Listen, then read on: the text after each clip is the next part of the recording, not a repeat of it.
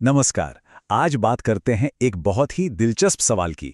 भारत की आबादी 4 गुना से भी ज्यादा हो चुकी है, पर हमारे सांसदों की संख्या वो 1971 से आज तक जस की तस है। ऐसा क्यों है?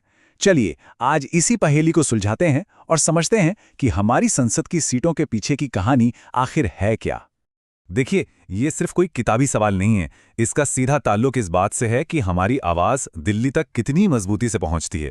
आखिर लोकतंत्र का मतलब ही यही है, लोगों का लोगों के द्वारा प्रतिनिधित्व। हाँ, यही तो है वो असली सवाल। सोचिए, एक तरफ तो हमारी जनसंख्या रॉकेट की स्पीड से बड़ी है और दूसरी तरफ हमारे जो नुमाइंदे हैं, जो हमारी आवाज हैं, उनकी संख्या 1970 के दशक में ही कहीं अटक कर रह गई है। आखिर माजरा क्या है? आइए पता लगाते हैं। जब हमारा संविधान बन रहा था तो बनाने वालों का एक बहुत सीधा और दमदार आइडिया था। हर 10 लाख लोगों पर एक प्रतिनिधि। ये इसलिए ताकि देश के हर कोने से हर आवाज संसद तक पहुंच सके, कोई भी अनसुना ना रह जाए। और बस यहीं पर आकर एक बढ़िया सिद्धांत एक प्रैक्टिकल मुश्किल से टकरा गया।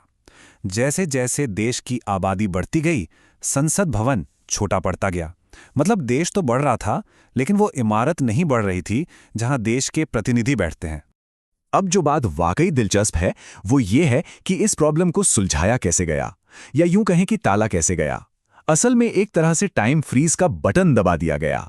देखिए, हमारे संविधान में एक व्यवस्था है, आर्टिकल 82। ये कहता है कि हर जनगणना के बाद सीटों को दोबारा एडजस्ट किया जाना चाहिए ताकि प्रतिनिधित्व हमेशा अप टू डेट और निष्पक्ष रहे। ये हमारे लोकतंत्र के लिए एक तरह का ऑटोमेटिक अपडेट सिस्टम है। तो शुरुआत में तो सब कुछ प्लान के मुताबिक ही चला।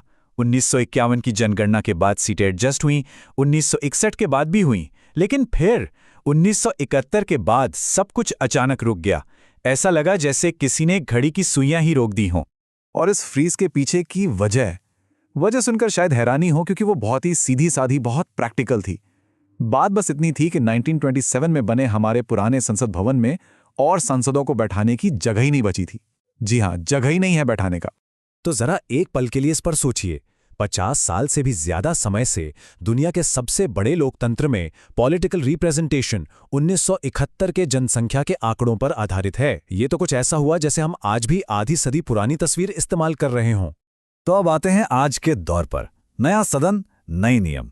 दशकों तक जो चीज रुकी हुई थी, अब आखिरकार उस बदलाव की तैयारी हो रही है। चलिए देखते हैं कि ये हो कैसे रहा है। तो इस समस्या के समाधान का पहला कदम था एक नई बिल्डिंग बनाना, एक नया, कहीं ज्यादा बड़ा संसद भवन। इसे बनाते वक्त भविष्य की जरूरतों का भी ध्यान रखा गया है, ताकि जगह वाली जो मूल समस्या थी वो हमेशा के लिए खत्म हो जाए। अब जब बैठने की जगह की मुश्किल हल हो गई, तो फिर कानूनी रास्ते भी खुल गए। कह सकते हैं कि जब हमारे पास एक बड़ा घर हो गया, तो हम और मेहमानों को बुलाने के बारे में सोच सकते थे। तो अब बात करते हैं 2026 के इस बड़े फेरबदल की। ये असल में कब होगा, कैसे होगा? चलिए इसकी बारीकियों को थोड़ा समझते हैं। अच्छा, यहाँ पे एक बात है जो अक्सर लोगों को कंफ्यूज करती है, तो उसे समझना जरूरी है। हम शायद सोचें कि भाई 2026 में बदलाव हो रहा है तो सबसे लेटेस्ट जनगणना के हिसाब से होगा, राइट? पर ऐसा नहीं है।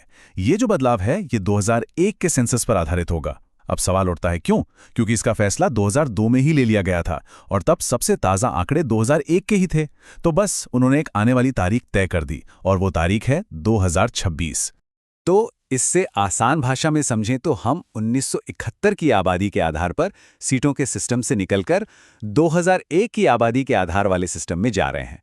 ये एक बार में 30 साल की एक बहुत बड़ी छलांग है। तो इसका असर क्या होगा? इसका मतलब ये है कि 2026 के बाद लोकसभा में सांसदों की संख्या बढ़कर करीब 750 हो सकती है, जो अभी 543 है। उसके मुकाबले ये एक बहुत बड़ा उछाल है। लेकिन ये सिर्फ नंबरों को बढ़ाने या घटाने का खेल नहीं है। ये सिर्फ एक एडमिनिस्ट्रेटिव अपडेट नहीं है, बल्कि ये भारत में राजनीतिक शक्ति का एक बहुत ही बुनियादी रिकैलिब्रेशन है, एक तरह का पुनर्संतुलन। इस बदलाव के नतीजे काफी दूर तक जाएंगे। जिन राज्यों की आबादी तेजी से बढ़ी है उन्हें ज्यादा सीटें मिलेंगी। जाहिर है, इससे अलग अलग राज्यों के राजनीतिक असर का जो संतुलन है वो भी बदलेगा। ये सिर्फ संसद का आकार नहीं बदलेगा, बल्कि ये भी बदलेगा कि देश के अलग अलग हिस्सों की आवाज राष्ट्रीय मंच पर कैसे और कितनी सुनी जाती है। तो अंत में एक जरूरी सवाल खड़ा होता है, जब सीटें बढ़ेंगी तो क्या इससे आम जनता की आवाज और साफ तरीके से सुनी जाएगी, या फिर एक बड़ी संसद में बस शोर और ज्यादा होगा? ये पूरा का पूरा अभ्यास लोकतंत्र के उसी मूल सिद्धांत से जुड़ा है, लोगों का प्रतिनिधित्व। और ये तो वक्त ही बताएगा कि ये बड़ा बदलाव उस सिद्धांत को जमीन पर कितना मजबूत करता है।